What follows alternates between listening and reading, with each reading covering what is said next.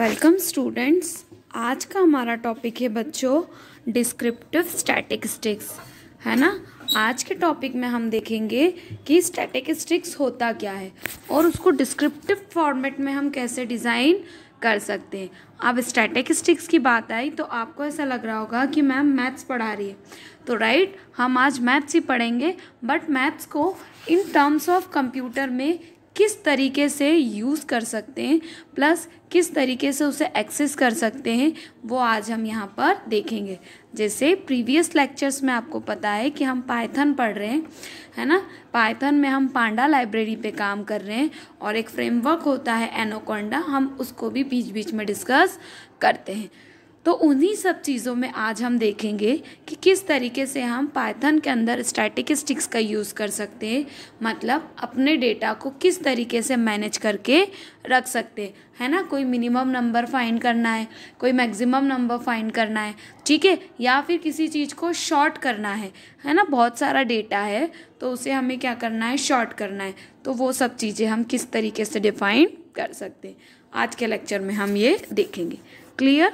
चलिए, तो सबसे पहले हम देखते हैं कि डिस्क्रिप्टिव स्टैटिस्टिक्स होती क्या है। फॉर इंग्लिश मीडियम स्टूडेंट्स के लिए we are describing our data with the help of various representative method like by using chart, graph, table, Excel files etcetera. In descriptive statistics, we describe our data in some manner and present it in a meaningful way so that it can be easily understood. Most of the time, it is performed on a small data set, and these analyses help us lot of predictive some features trend based on the current findings. Some measures that are used to describe data set are measure of center tendency and measure of variability और disperse.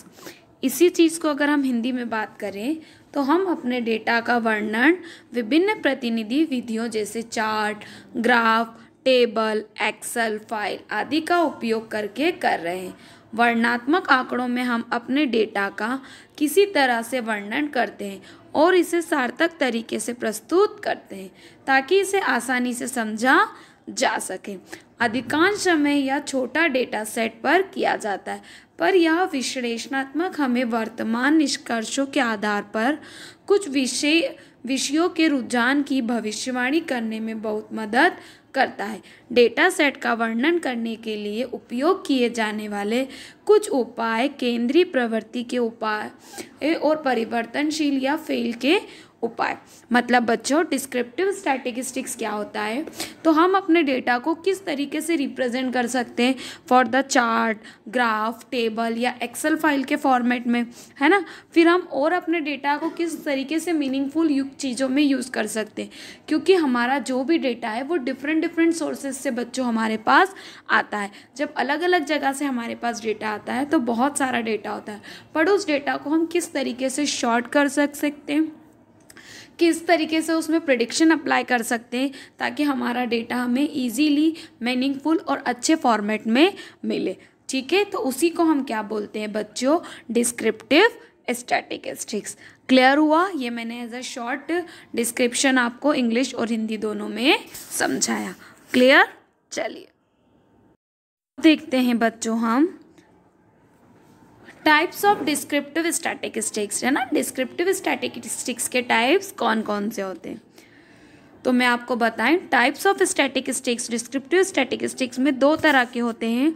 Statistics में एक descriptive statistics और एक inferential statistics, है ना। But जो कि हमें इसमें क्या करना है, दो तरीके से पढ़ना है। किसको? डिस्क्रिप्टिव स्टैटिस्टिक्स को मेजर ऑफ सेंट्रल टेंडेंसी और मेजर ऑफ वेरिएंस, है ना।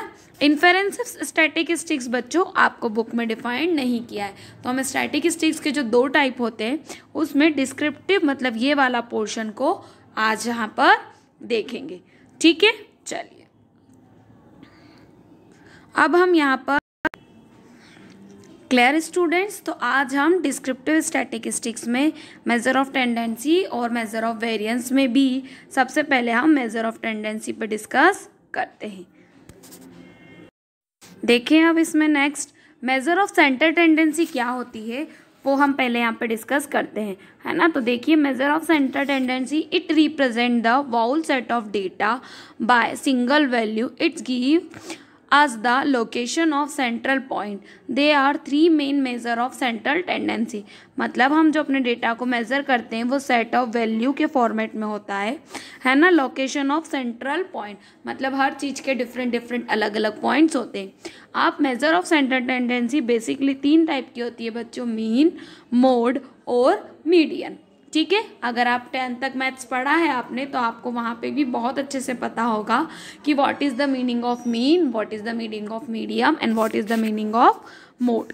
इसी को हम एक ड्रॉ के थ्रू अगर देखें तो देखिए मेजर ऑफ सेंट्रल टेंडेंसी, यहाँ पे मीन, मीडियन एंड मोड, यहाँ पर हम ये 3 चीज़ को डिस्कस करेंगे। ठीक है स्टूडेंट्स, चलिए अब हम सबसे पहले यहाँ पर देखते हैं बच्चों व्हाट इज मीन, है ना। मीन होता क्या है, तो देखिए मीन क्या होता है। It is the sum of observation divided by the total number of observation. It is also defined as average which is the sum divided by count. इसी डेफिनेशन को अगर हिंदी में बात करें तो यह अवलोकन की कुल संख्या से विभाजित अवलोकन का योग है। इसे औसत के रूप में भी परिभाषित किया जाता है जो कि गणना में विभाजित योग है।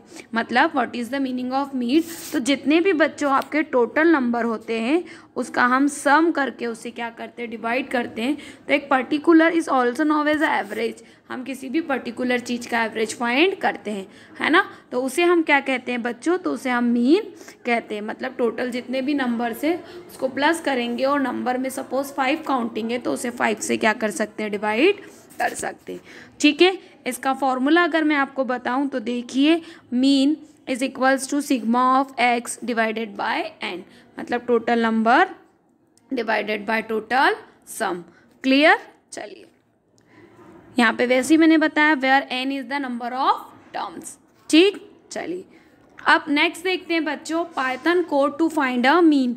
मतलब पाइथन में हम मीन का कोड किस तरीके से लिखते हैं। तो देखिए यहाँ पर मैंने लिखा पाइथन कोड, इंपोर्ट करा एक फाइल को। ठीक है, कुछ वैल्यूज़ दी, सिंपल डेटा दिया, वैल्यू दी 5, 6, 11, उसमें हमने मीन का फॉर्मूला लगाया।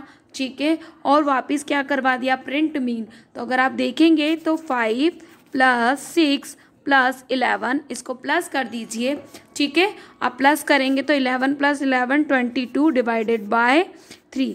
आप इसको डिवाइड करेंगे तो आपको प्रॉपर फॉर्मूले का प्रॉपर आंसर मिल जाएगा जो कि आपको आउटपुट में दे रखा है। ठीक है स्टूडेंट, तो ये क्या था, आपका कोड था किसका, मीन का। जो हम नेक्स्ट देखते हैं मीडियन, है ना। What is the meaning of median, तो देखिए it is a middle value of the data set. It split the data into 2 heavily. If the number of element in the data set is ordered, then the center element is median, and if is even, the median would be average of two central elements. इसी definition को हिंदी में देखें, यह data set का मध्य मान है। यह data को 2 हिस्सों में बांटता है। यदि डेटा सेट की संख्या विषम है तो केंद्रीय तत्व मध्य है। यदि वह औसत केंद्रीय तत्व नहीं, मतलब अगर इवन है तो हम अलग फॉर्मूले से मीडियम निकालते हैं, और अगर इवन है तो हम डिफरेंट फॉर्मूले से, मतलब ओड के लिए अलग फॉर्मूला और मीडियन के लिए हम अलग फॉर्मूले से क्या करते हैं बच्चों, मीडियन को फाइंड करते हैं। अब इसका देखिए मैंने आपको फॉर्मूला बताया है। ऑड नंबर के लिए हम लगाएंगे n+1 डिवाइडेड बाय 2, और इवन नंबर के लिए लगाएंगे n/2 या फिर n2+1। तो इस तरीके से मीडियन और मीन के लिए हम अलग अलग फॉर्मूला यूज़ करते हैं। अब इसको देखते हैं Python code to find a median, मतलब मीडियन में पाइथन कोड को किस तरीके से फाइंड करते हैं। तो देखिए सेम एज मैंने यहाँ पर एक फाइल को इंपोर्ट किया, एक डेटा सेट दिया। अब डेटा सेट में ये हम फाइंड करेंगे कि ये इवन नंबर है। ये हमें, अगर जब हम मैथ्स में फॉर्मूला लगाते हैं तो हमें फाइंड करना रहता है, बट जो कि हम मैथ्स में फॉर्मूला नहीं लगा रहे हैं, हम कंप्यूटर में बात कर रहे हैं, तो वो बाय डिफ़ॉल्टली क्या कर लेता है, काउंट फाइंड कर लेता है, और यहाँ पे मीडियन, और यहाँ पे हमने मीडियन की वैल्यू फाइंड करी। ठीक है, तो ये कौन सा कोड है बच्चों? मीडियन फाइंड करने का पाइथन के अंदर कोड डिफाइन किया। ठीक है, अब नेक्स्ट हम बात करते हैं बच्चों mode. What is the meaning of mode? तो देखिए mode, it is the value that has the highest frequency in the given data set. The data set may have no mode if the frequency of all data points is the same. Also, we can have more than one mode if we encountered two or more data points having the same frequency. इसी definition को हिंदी में देखें, यह वह मान है जिसकी दिए गए डेटा सेट में सबसे अधिक आवृत्तियाँ होती है। यदि सभी डेटा बिंदुओं की प्रवृत्ति समान है तो डेटा सेट में कोई मोड नहीं हो सकता। साथ ही हमारे पास एक से अधिक मोड हो सकते यदि यह समान आवृत्ति वाले दो या अधिक डेटा बिंदुओं का आप सामना करते हैं। मतलब if the value is highest frequency the given data set, मतलब ये बताता है कि उस डेटा सेट की हाईएस्ट फ्रिक्वेंसी क्या है। ठीक है, वो कौन फाइंड करता है स्टूडेंट्स? तो वो मोड फाइंड करता है। क्लियर? इसका ड्रॉ हम देखें कि पाइथन में किस तरीके से हम मोड को फाइंड करते हैं। तो पाइथन को मोड को फाइंड करने का कोड देखते हैं। यहाँ पे हमने क्या करा, फ्रॉम है ना स्क्रैपी साइंस की एक पाइथन फाइल को इंपोर्ट किया। देन यहाँ पर हमने डेटा डाला, डेटा डालने के बाद उसी क्या कर दिया, प्रिंट करवा दिया। ठीक है, तो जो फ्रिक्वेंसी थी, जो रिजल्ट का मोड था, वो आ गया कि ये 2/2 का पाइथन का कोड है। Clear students? तो ये आपका क्या था, मोड था। ठीक है स्टूडेंट्स, क्लियर? चलिए बच्चों, आज के लेक्चर में बस इतना ही। आज हमने डिस्क्रिप्टिव स्टैटिस्टिक्स का टॉपिक स्टार्ट किया, उसमें हमने उसके टाइप्स देखे और मीन, मीडियन एंड मोड के बारे में डिस्क्राइब किया। क्लियर? अब नेक्स्ट लेक्चर में हम नेक्स्ट टॉपिक के साथ मिलेंगे। Clear students? चलिए, ओके, थैंक यू।